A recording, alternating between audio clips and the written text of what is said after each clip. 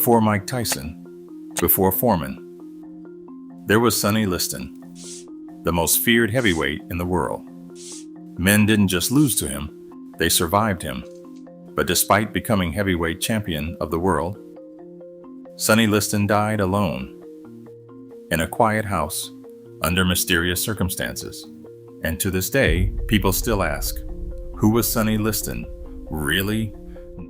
No one knows exactly when Sonny Liston was born. Not his family, not the state of Arkansas, not Sonny himself. The records are missing. The date on his tombstone, May 8, 1932, was a guess. Some say it was 1930, some say even earlier. No birth certificate, no hospital record, just a name, Charles, and a place, St. Francis County, Arkansas. He was one of at least 12 children, maybe more. His father, Toby Liston, worked the cotton fields as a sharecropper, moving the family from one patch of land to another, always chasing a little more to eat. Sonny grew up in a shotgun shack with dirt floors, surrounded by brothers and sisters. Hunger was a constant. The only thing more reliable than poverty was the back of his father's hand. Toby Liston was a large man, strong and angry. He beat Sonny for any reason, or no reason at all. Sonny later said, "The only thing my old man ever gave me was a beating." School was a brief interruption. He left and unable to read or write, put to work in the fields as soon as he could walk, picking cotton, chopping wood, trying to stay out of his father's reach. No birthday parties, no photographs, no childhood memories except pain and work. For Sonny, childhood was something to survive. He learned to fear the man who raised him. And in time, others learned to fear Sonny. In St. Louis, Sonny drifted. He found odd jobs, but trouble found him faster. By 1950, he was arrested for armed robbery. He was caught with a gun, a mask, and a stolen car. The court did not hesitate. He was sent to Missouri State Penitentiary, a place known for breaking men. Sonny was barely out of his teens. He could not read. He did not trust anyone.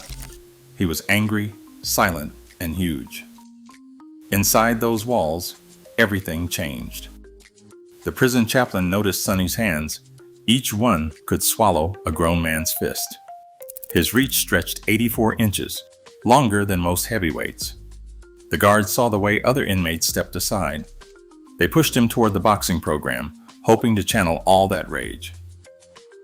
Sonny stepped into the ring for the first time and found something he had never had: control, discipline, a reason to get up in the morning. He trained under the eye of coaches who saw what he could become. Sparring sessions turned into real matches. The heavy bag sounded like thunder when he hit it. He learned to jab, to move, to wait for his moment. Every punch was a promise. He would not stay forgotten, not in here, not anywhere. The penitentiary kept sports logs, but numbers did not tell the story. Sonny Liston was being remade. From convict to contender, he found purpose behind bars. The man who entered prison as a lost cause was leaving with fists that would change the world. The world of boxing had never seen anyone like Sonny Liston. He was a force, bigger, stronger, meaner than the men who came before him. His fists did not just win fights, they ended them. In the 1950s, Liston tore through the heavyweight division with a kind of violence that left opponents afraid before the first bell. His jab was a weapon. His stare was a warning. He was not charismatic. He was not media friendly. He was cold. And he kept winning. Promoters whispered about him behind closed doors. Reporters wrote columns filled with suspicion. The public did not trust him, but they could not look away. In the ring, Liston was all business.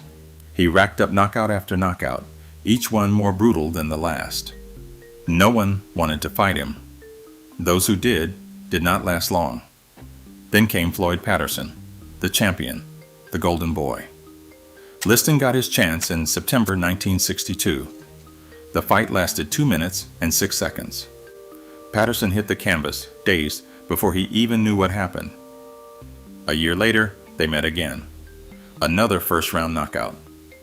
Patterson fell, and the heavyweight crown belonged to Sonny Liston. For a moment, he was the most feared man in sports. But fear comes with a price. The crowd never cheered for him. The press called him a thug, a gangster's champion. He wore the title, but never the love. In the end, Liston stood alone at the top, a king no one wanted, a champion everyone feared. Cassius Clay was supposed to be a clown. That's what the experts said. He talked too much, danced too much, smiled too much. The betting odds put him at 7-1. Nobody gave him a chance. Sonny Liston was the monster in the dark, the champion. The man who had broken Floyd Patterson twice, both times in the first round. No one wanted to fight Sonny. Clay demanded it. He called Liston a big ugly bear. He called him slow, lumbering, old.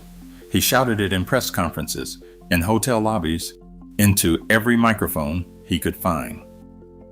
Clay was 22, fast, unpredictable, and loud. Liston was silent and seething. Fight night, February 25th, 1964, Miami Beach. The air was thick with cigarette smoke and fear. Reporters bet on how many rounds Clay would last. Some said 2, some said less. The first bell rang. Clay darted, jabbed, moved. Liston stalked him, swinging heavy arms, but could not land clean. By round 4, Clay was squinting, blinking, rubbing his eyes. He said something was burning. The crowd thought Liston's corner had rubbed liniment on the gloves. The doctor checked Clay's eyes. He could barely see, but he kept moving, kept taunting. By round 6, the champion looked tired. The challenger looked alive. Then, shock. Liston sat in his corner and did not get up. He quit. He would not answer the bell for round 7. The most feared man in boxing had surrendered. Clay leaped around the ring, screaming, "I shook up the world." Liston's aura shattered in a single night. The unbeatable champion beaten, not by a punch, but by doubt. The world saw it happen, but no one could explain why. That night, fear changed sides. Lewiston, Maine. May 25th, 1965. The rematch between Sonny Liston and Muhammad Ali was over almost before it began. 1 minute and 44 seconds into the first round, Liston dropped to the canvas. Ali stood over him, shouting. The crowd froze, confused. Had a punch landed?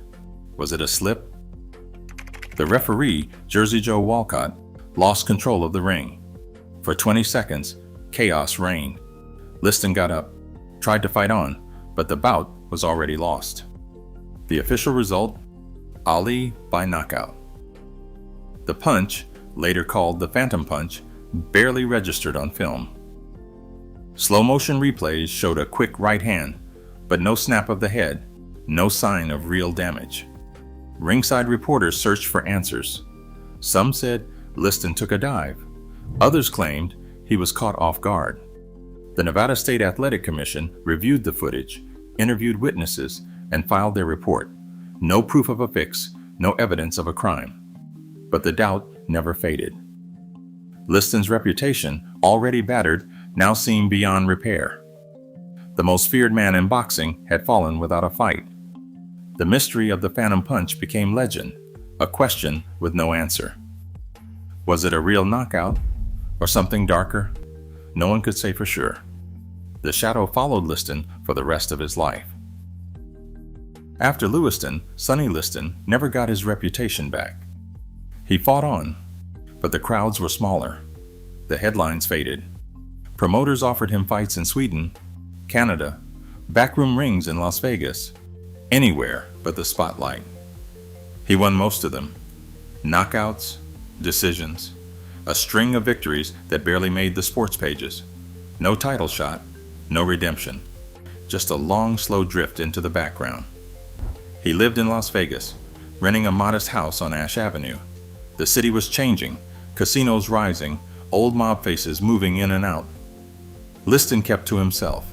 He trained at the gym, drove the strip, gambled, drank, made quiet appearances at nightclubs.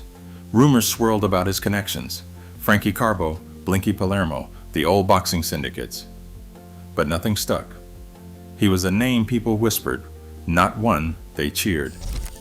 On January 5th, 1971, Sonny Liston was found dead at home. The coroner ruled heroin overdose. The body had lain there for days. Needle marks, a syringe, the official story. But friends said Sonny was afraid of needles. Others swore he never touched heroin. The police closed the case. The whispers grew louder. Mob payback? A warning? Or just a lonely end for a man nobody really knew? No one can say for sure. The champion who was feared died alone, surrounded by silence and suspicion. The mystery remains, unsolved, unwanted, unforgettable. A champion can be crowned in a moment, forgotten in a generation. But the questions around Liston about his power, his pain, and his end still haunt the sport. In a world that loves legends, why do some stories slip through the cracks? The silence around Sonny still echoes. Share your thoughts below.